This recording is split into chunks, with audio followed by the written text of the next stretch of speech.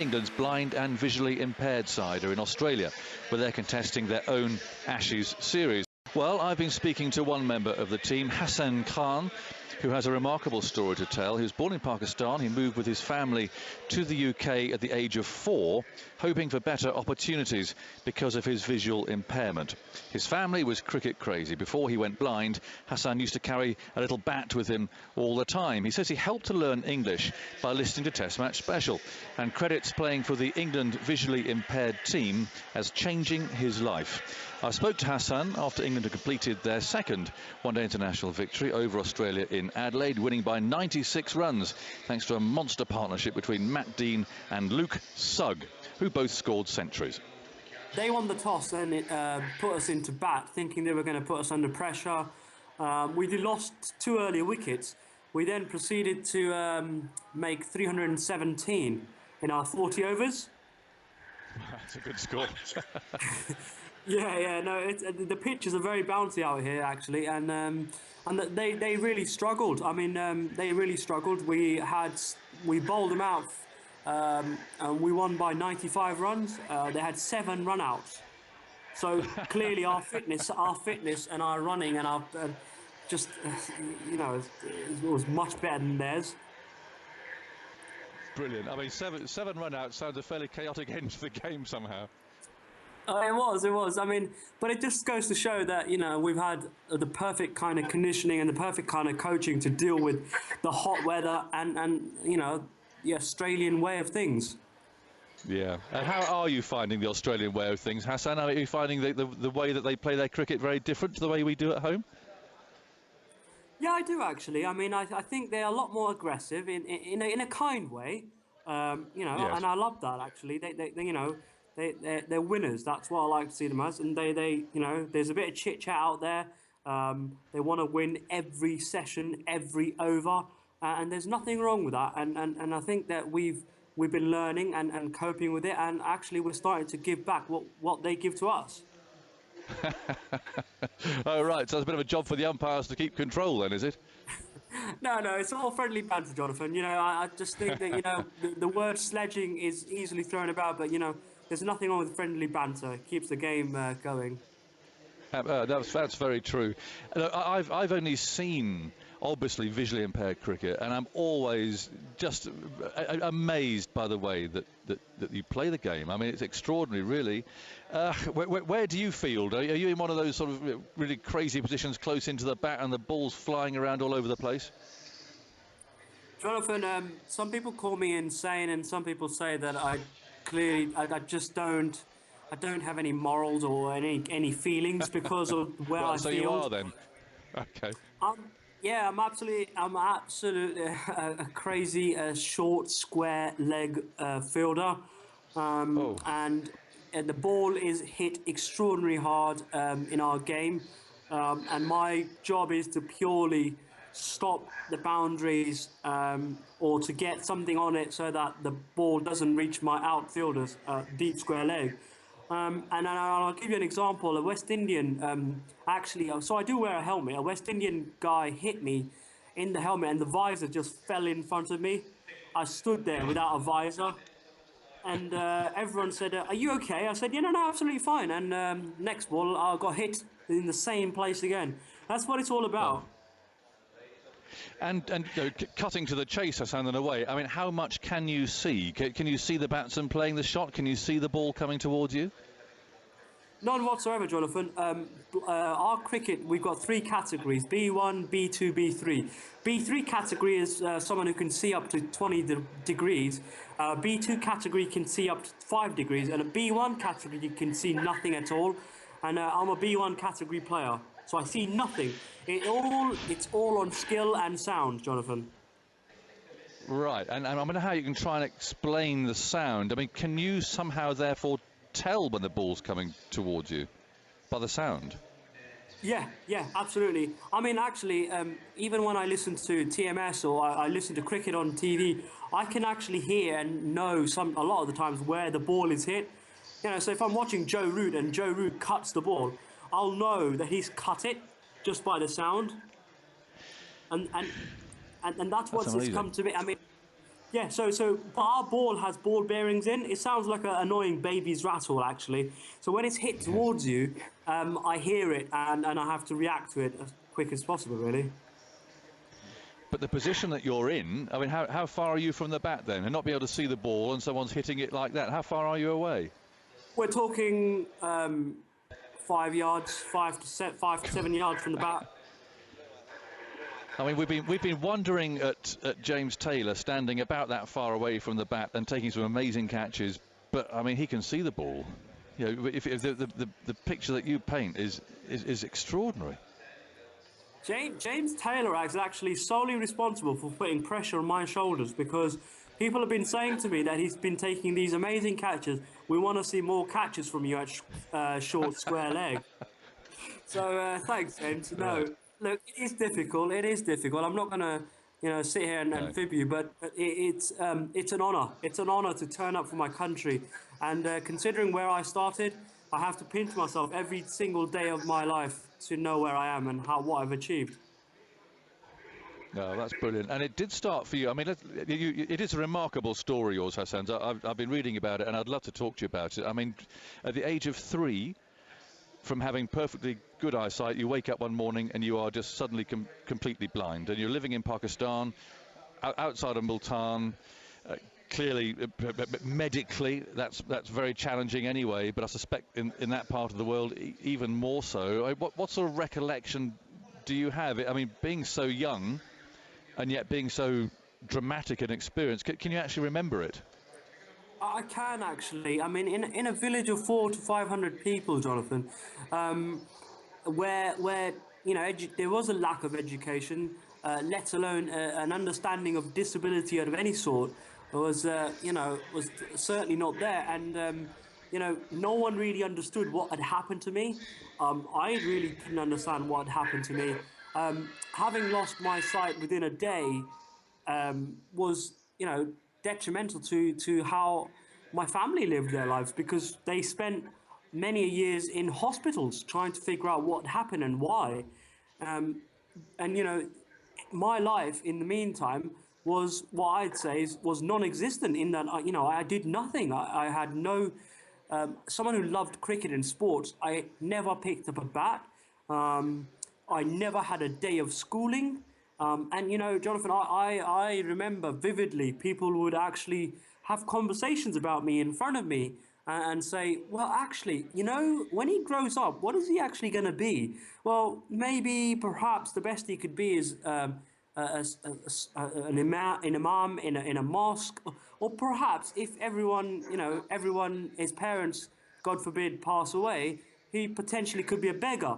And as a child of 4 to 5 years old, that had a massive effect on me. But I knew that I couldn't really make any difference to my life, and I didn't know where I was going. It was horrible, and I did things that I wasn't proud of, i.e., react and maybe sometimes, swear a bit, because I just didn't know where life was going.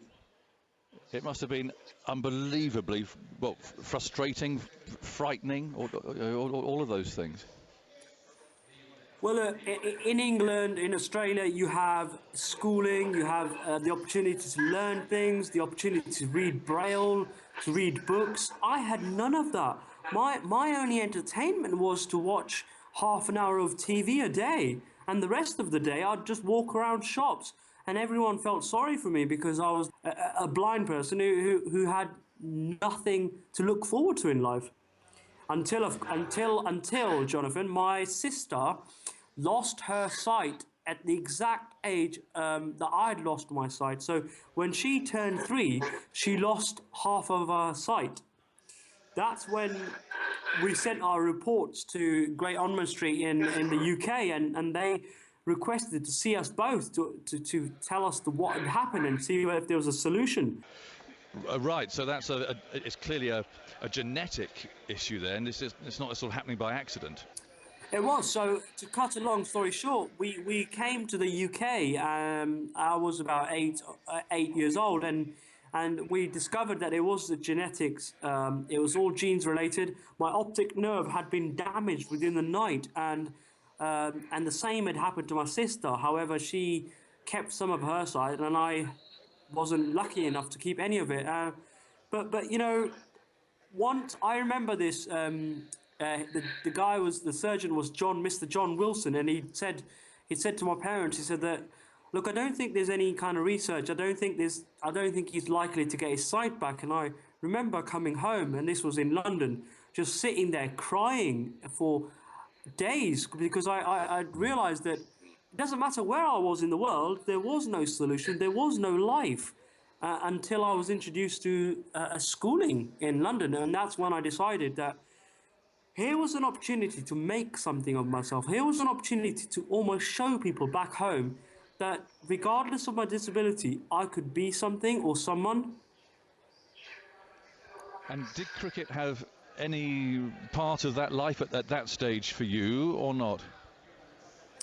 Unfortunately not. I mean, I had to learn English. I had no schooling whatsoever. I was told that, you know, I had to learn English and Braille, what blind people read, in order to actually compete and to be able to take my GCSEs at the age of 16. So there was a lot of pressure on me. So cricket wasn't, you know, in the forefront of things. However, at the age of, well, I consider very late actually, at the age of 17, my PE teacher was contacted by Metro, London Sports Club, who were looking for young, enthusiastic blind cricketers. And I went along to their training, and I thought it was going to be like, you know, a couple of schoolboys hitting a ball around. It was going to be a bit of fun, and, you know, I'd come home and, yeah. When I went there was 30, 40, 50-year-old guys playing cricket to a level that I had never witnessed, blind cricket. I then learned that they had wonderful lives, wives, good jobs, and I was staggered. This was a new life for me. This was a different type of education, a type of education that I have to this day kept and valued and cherished. And I really, when I pulled on the training top that day at the tender age of 17, I never thought I'd be invited back for a match. And a week later, I got a call to say that they wanted me to play in their first match of the season, and I took 2 catches, and from then I haven't really looked backwards. And 2 years later, I was introduced to international cricket. It's extraordinary, isn't it, Hassan? Because I often talk to you know, we have a lot of blind listeners, and something that always well, I mean, I sort of wonder about people who've never seen cricket before, which presumably you haven't, since you went blind at 3. You know, can you somehow visualise the game as we would see it, or I don't know. I mean, it's something that's always slightly bewildering for someone who you know, happily can see the game going on. I just wonder if you know, how in your mind you are visualising a game of cricket having never seen it. You know, that's really difficult to explain. I'm from a fanatic cricketing background, and cricket has been on, and my parents have played cricket, and my family played cricket, and I have always managed to pick up and understand how a pull shot is played, what a Yorker is. It's something that, and I've also got a very vivid imagination. Some actually say that's a bad thing, but honestly, that's been an advantage to me. It's been advantageous. And actually, I really want to take this moment to thank you personally and TMS, because, you know, when I was learning English, it was mighty difficult. I had no friends because, you know, there wasn't actually any Asian guys in my class who could speak Urdu, so, you know, I struggled with English. And I remember receiving a Sony Walkman as a birthday present for my 10th birthday, and during lunch breaks I would just flick through radio stations to see what I could find. And one day I came across, well, it might have been you or Henry's voice, and I thought, this is cricket, and there's cricket commentary. And I sat, I remember it was England-South Africa, actually, the series in 1998, I think. Gary Kirsten scored a double century, I think so. Anyways, I listened to 5 days of test match cricket, and I rekindled my love for the game that I've always loved, but didn't really have the guts to admit it, because I was led to believe that if you're blind, you couldn't really pick up a bat. You know, the closest I got to cricket was actually commentating on my uncle's playing. And you know, there was one day where I made a new friend and I invited him to mine to play cricket. I'd always invite people to play cricket, but I'd never partake in it because I knew I was never good enough or had the eyes to do it. And he came round and he played cricket with us, but he wanted to go back to get his own bat. And you know, I understood that at the age of 5, that everyone needed their own bats, and he was comfortable with his own bat. He went away and he never came back, Jonathan. And 3 hours later, I discovered that he had died. And he was playing cricket. He decided to play cricket with his other friends, and had fell in the lake and drowned. So cricket really hasn't always been kind to me. However, I now see it as it's healing. It's what I am. It defines me. Cricket is my life. It's defined me. And thanks to you guys, you know, I've managed to learn tips, coaching tips. Not to mention what pigeons look like now as well, by the way. Well, you could definitely blame Henry for that. I love your enthusiasm, Hassan. You know, it'll be touching everyone who's listening to this, that, you know, despite not being able to see, that something like cricket can still give you a really worthwhile and enjoyable, fulfilling life.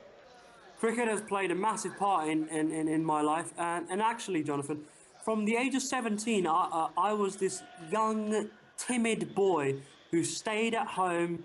I'd never been to a tube station, let alone on a tube, on a bus. I'd never really stepped outside my home on my own until I discovered cricket. And I remember meeting one of the players and he picked me up from Tooting Beck Station, and he took me to where we were training. And I said to myself, because I am resilient when I want to be, I said, next week, you're going to go on the Northern Line on your own. Whether you fall down those tracks, well, I don't care. You're going to go on your own. And I remember my parents, who are cricket fanatics, were not happy with me venturing outside the home and playing cricket. Not because they weren't proud, but because actually my mum was really scared. You know, that she would lose a son who would fall down a tube tracks or would be bullied for being blind. You know, it was... And also meeting people, professionals who played our game, made me realize that there was more dreams to achieve other than cricket and my education. And thanks to that, I'm now full-time employed. I also enjoy my cricket, and it's all thanks to Metro and England and the ECB, who have been immense over the last 2-3 years. I've been in and around the setup for 10 years now. And ECB have come in over the last 2-3 years, and the difference in the squad, the management, the coaching, the facilities, the equipment, the travel has been immense. And people often say to me, you know, I don't understand cricket being on Sky Sports. And I love cricket, Jonathan, and I love it, the fact that it's on radio, and I'd love it to be on terrestrial TV. But actually, that money is going towards some wonderful causes. And I think that we are all a cricketing family. We should all support one another. You know, the ECB have actually now, they fully support visually impaired cricket, physical disability cricket, deaf cricket, and learning disability cricket. You know, and all these teams are achieving massively. They're going abroad. They're winning the World Cups. We are now 2-0 up against Australia, in Adelaide, and we have the chance to secure the Ashes on Australia Day. You know, I remember growing up thinking I would love the opportunity to play one over in Australia against Australia, wearing the 3 lions on my shirt, and I've now managed to play 2 matches against Australia. It's been an honour, and you know, I just want to say this: over the last 2 days, it hasn't been like playing with colleagues. It hasn't been like playing with friends. It's been like playing with 10 other brothers. And it's all thanks to the setup that ECB have managed to provide us with. And thanks to them, I really, from the bottom of my heart. Well, Hassan, that has been a most inspirational chat. Thank you for joining us. Good luck with the rest of your series. Now there are over 400 players playing vision impaired cricket in England. And people always say to me, well, why do you do these interviews? I do it for one reason and one reason only, and that is to sell the game of vision impaired cricket and any sort of cricket. If you're a fan, if you know, or you know someone who's visually impaired, who's visually impaired or blind, please encourage them to take up sport. I didn't just get lucky. I put some hard work in, but I gave it a go. I came out and gave it a go.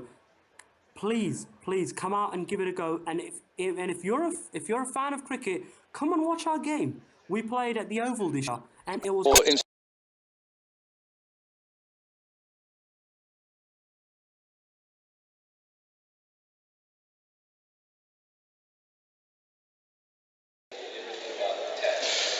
Well, do you need any more inspiration than that today? Hassan Khan, follow him. What an extraordinary story, isn't it? And we wish him and his teammates well in Adelaide, where they're hoping to win the Ashes.